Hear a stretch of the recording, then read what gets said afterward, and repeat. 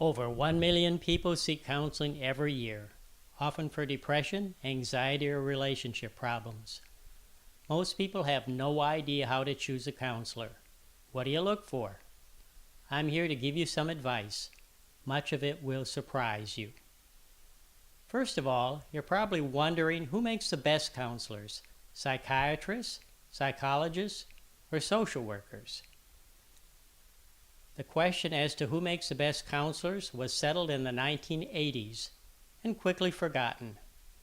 The answer is that paraprofessionals make the best counselors. That is, persons with less than a master's degree. You cannot find this on the internet. You must go to the psychological journals. One such review is The Comparative Effectiveness of Professional and Paraprofessional Helpers, as found in the Psychological Bulletin, 1984, Volume 95. Since being a licensed counselor requires a master's degree or higher in all 50 states, you can see that this is a problem.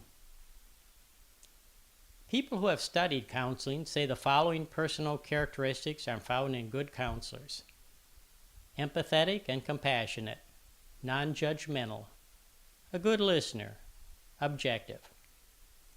If you have a friend with these qualities that is willing to help, by all means save yourself the money.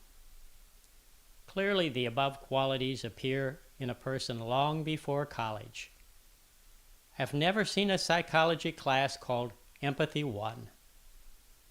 If you could train a person to be non-judgmental, I'd be giving out gift certificates at Christmas.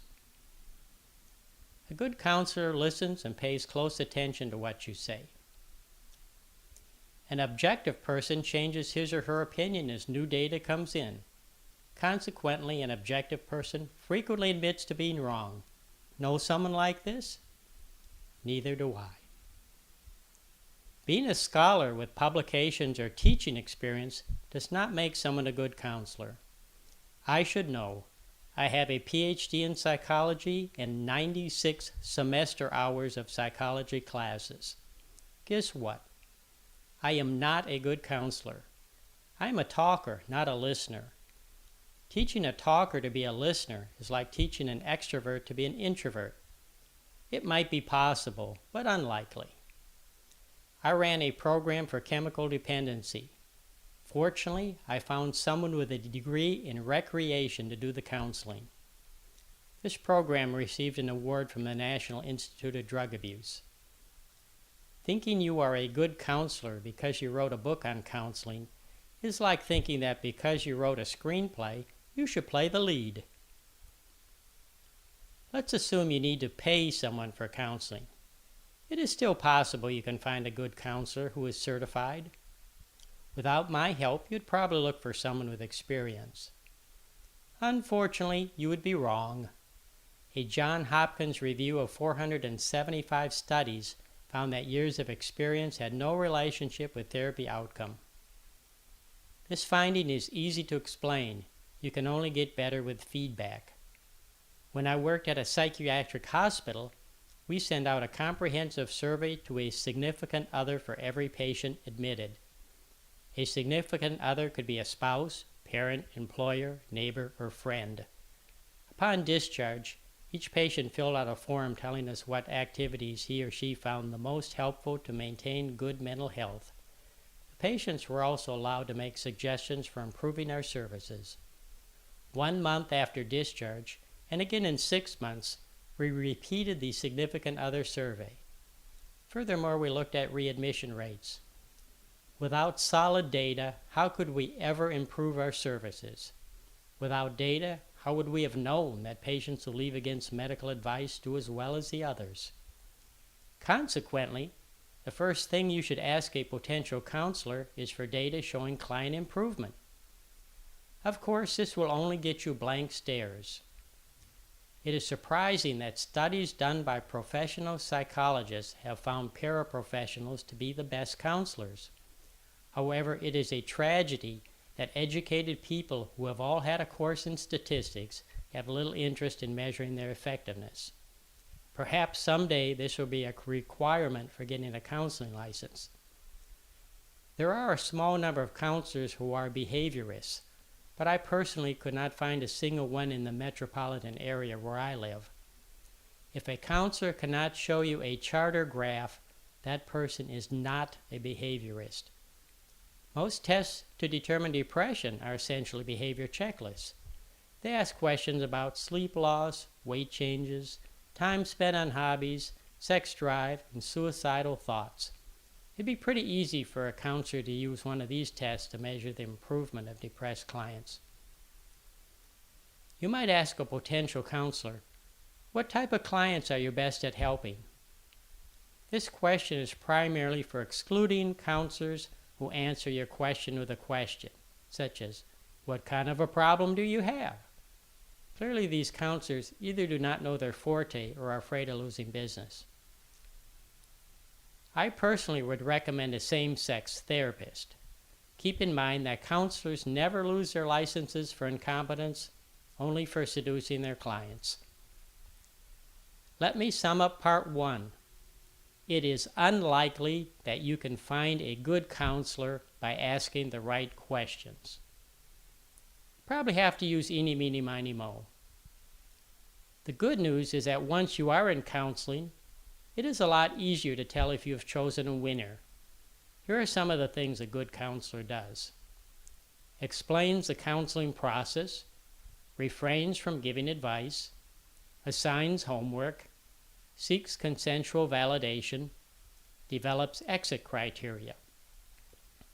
Explaining the counseling process is necessary because a lot of people think counseling is Dr. Phil, or for your older people, Bob Newhart. Unfortunately, Dr. Phil is not a role model for being a good listener.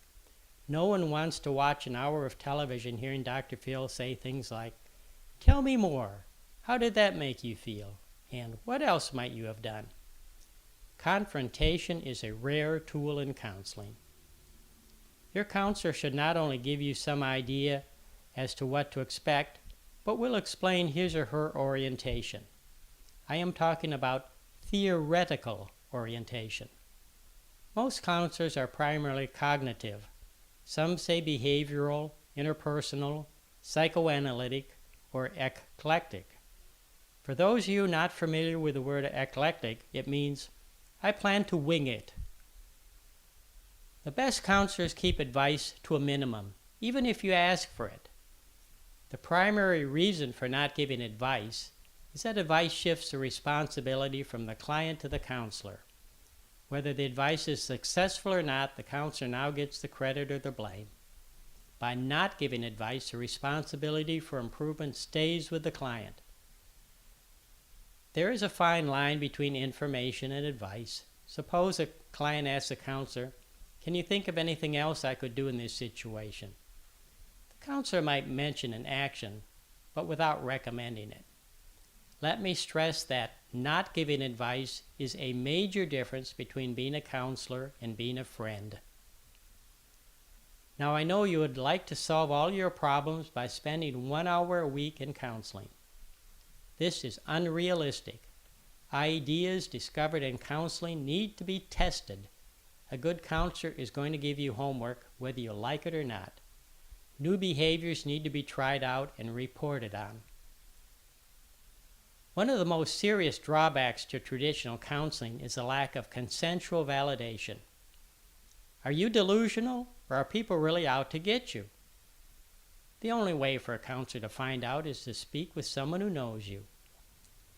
You may not like hospitals, but if you're really hurting, you'll go to one. Likewise, if you are really hurting emotionally, you will speed up the counseling process by allowing your counselor to speak with someone who knows you. Last but not least, the primary cost of counseling is not the hourly fee, but the number of sessions.